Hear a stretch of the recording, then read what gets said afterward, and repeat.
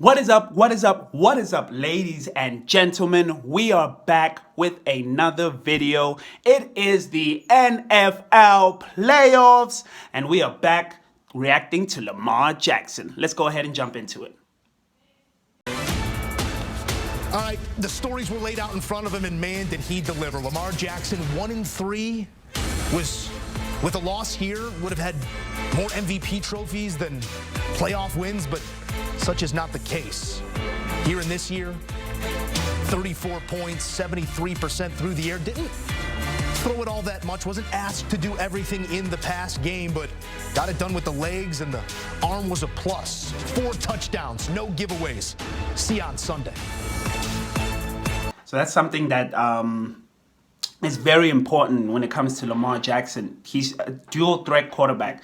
And for the most part, a lot of people were giving him a lot of, I guess, hate for the fact that they thought that he should just be a running back and that he couldn't do it accurately with these arms. Now, granted, he didn't really pass that much this game. However, the most underlying factor, or the most tantalizing factor about this whole thing, is that Lamar is a dual threat. He can burn you with his legs and he can burn you with his arm. And I don't understand why people kept thinking he couldn't pass the ball. He's always shown that he can pass the ball. That's why I'm super confused. But let's go ahead and jump straight back into it.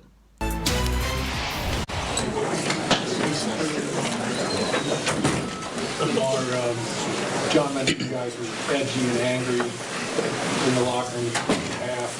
Is that opening drive you were? I was. In that opening drive in the second half, did that allow you to exhale a little bit, or what were your emotions, I guess, there?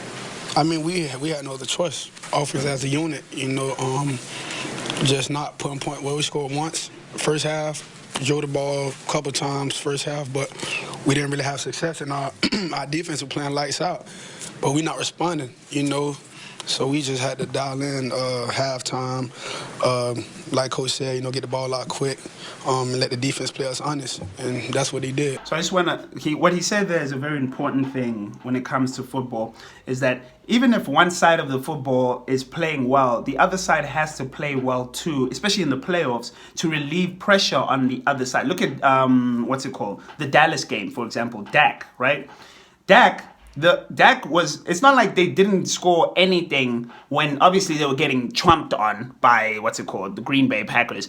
But it's not like they didn't score anything on the offensive side early on. The problem was the defense did not relieve pressure or give the offense more time to work with, because they didn't do anything against them. That's the problem in the playoffs. Not a problem, but more like how the playoffs go. You can't have one side doing extremely well while the other side is doing poor. You've got to show up both sides of the ball. You have to. That's just how it works. Let's go ahead and jump straight back into it. I felt like you were more prepared for this than you ever had been before. Did you feel like that showed up? Of course he was prepared. They weren't playing anybody until they played this game. I believe so. Lamar, can you describe what you were feeling, what was said at halftime? It'd be inappropriate if I said it right here.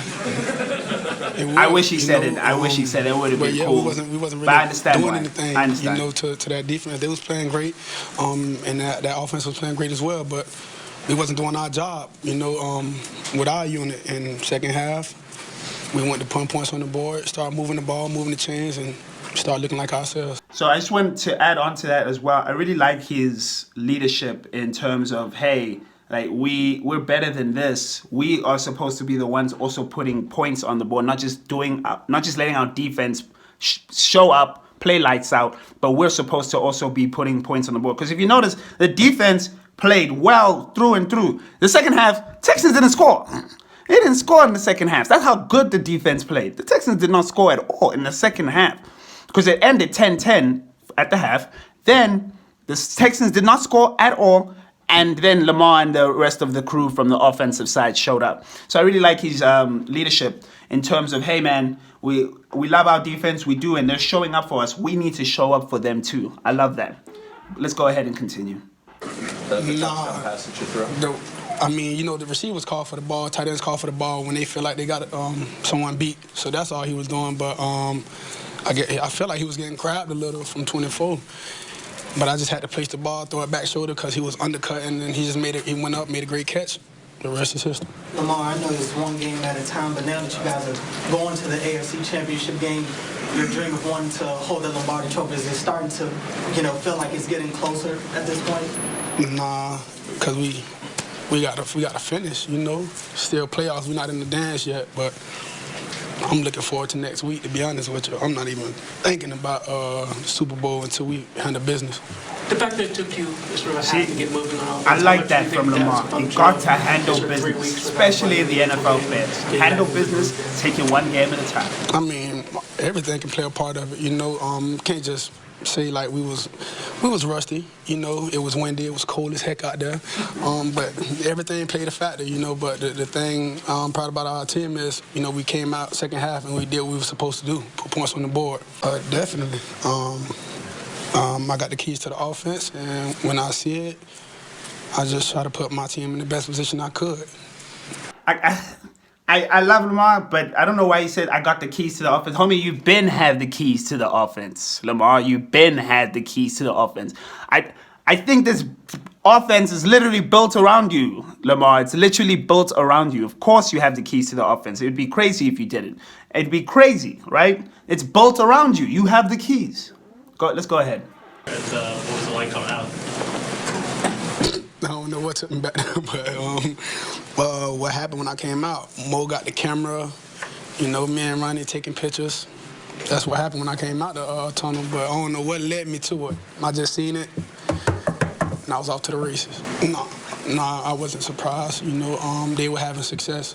First half with Blix and I saw Blix and Zero, they was doing their thing, but we watched a lot of film. We was prepared. We just making little mistakes on, protecting the Blix and getting the ball out on time. But second half, I felt like we was doing what we were supposed to do. Just the reason why you're going to blitz a quarterback is because you want to apply pressure and get the ball out of his hands as quick as possible, right? So what Lamar is talking about in terms of, we want doing these little things is that they want protecting against the blitz. One, and two, they weren't throwing, the ball wasn't getting released on time, at the right time against the blitz. And obviously that's going to cause a lot of mistakes when you do that. That's why in the second half, you notice they hardly blitzed because they were trying to stop the cover, they were trying to stop the bleeding because Lamar kept throwing it, right? Kept throwing it and he throw it on time. You have to throw it on time, especially when you blitz. When you blitz, they want you to get rid of the ball as quick as possible and make a mistake. That's the point. It's called pressure. It's called pressure for a reason. It's a pressure package. That's the whole point behind it, okay? That's why I said it was inappropriate, Ron. John was also talking about how you and Todd were really collaborating together to make some of those adjustments at halftime. What has Todd's trust in you and your insight meant this year? It mean a lot, for your OC to, trusting you to be out there and point our team in a great situation. That's all I need, and we gonna go from there. Of course. I don't know, that interview question was kind of weird because you need your OC and your quarterback to be in lockstep. You have to be in lockstep with one another. Otherwise, it doesn't work out. Look at Mac Jones and all his OCs. Clearly, they were not in lockstep with one another because they don't know what they're doing in New England, okay? They have no clue what they were doing in New England. But when your quarterback and your OC are in lockstep with one another, they're supposed to be that way because they're supposed to let the offense gel and flow through one another, right? And trust one another and fall back on one another in terms of what's the right play to make in that moment, right? I heard that. I seen it. I don't even got to hear it. I see it, But it is what it is. I really don't care about what people say. I'm trying to win day in, day out. Every time I'm on that field, I'm trying to play to the best of my ability. Those guys just had our team number in the past, but it's a different team, like I've been saying, and we just got to stay locked in on what's ahead of us. Jonas, Lamar, it looked like they kind of tried to test you guys with some delayed blitzes, some safety blitzes. I guess, what did you kind of see, especially when you were able to kind of catch them showing their hand, and how did that affect your guys' offense? Yeah, when they was trying to disguise the blitz or hold blitz, I'm seeing it. You know, I'm looking at the safeties, I'm looking at the linebackers, I'm looking at everything, you know, and I'm getting the ball out because if they got a counter for they blitz, I got a counter for it, you know, on my side. So I just got to do what I got to do, you know, dish the ball out to the guys who's open, and that's what we did. Okay, that seems to be the end of the thing. But what's something I really love about what he brought up there is that as a high-level quarterback, your cerebral has to be on a different level because you need to understand what they're sending you, right? Now, obviously, everything is contingent on you where the ball goes because you are the one who chooses where the ball goes. But they can manipulate where you choose or what pass you're going to throw or what route you're going to take in terms of passing the ball. That's why as a quarterback, you need to be really, really good cerebral-wise in terms of what is coming at you and what they're deciding or what you think they're thinking, right? You have to play that guessing game. It is a guessing game because you don't actually know, right? Because they could disguise a blitz package, pretend like they're about to blitz you, but then a couple of a couple of backs fall back instead and then cover, right? And then now you're like, oh, whoops, I made the wrong decision cerebrally on where the ball is going to go. I might throw it into a pick. But if you know what they're going to do, or you can guess, because it's still a guessing game, you can guess what they're going to send you, it's a lot better for a team because whatever the team decides, again, like he mentioned, counters. Whatever the team decides to do on the defensive end, sending to you, you have to be able to counter. You've got to choose the counter. That's why Lamar is one of the top quarterbacks in the league. That's what makes a top quarterback, the ability to have counters for their counters. It's pretty cool to watch.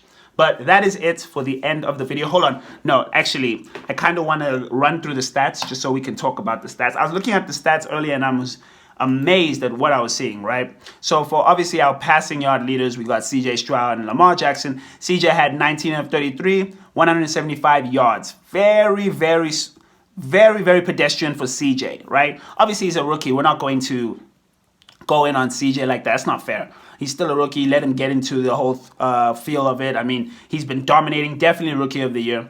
But very pedestrian in terms of his past couple of games, right? Lamar Jackson, 16 of 22, 152 yards, right? 2 touchdowns.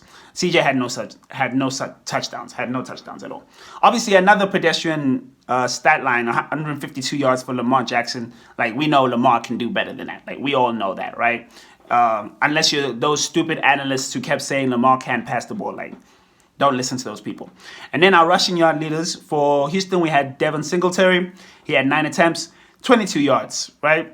And then rushing yards, get this, the rushing yard leader for Baltimore, Lamar Jackson, 11 attempts, 100 yards. This man had 100 yards, 11 attempts, 100 yards for rushing.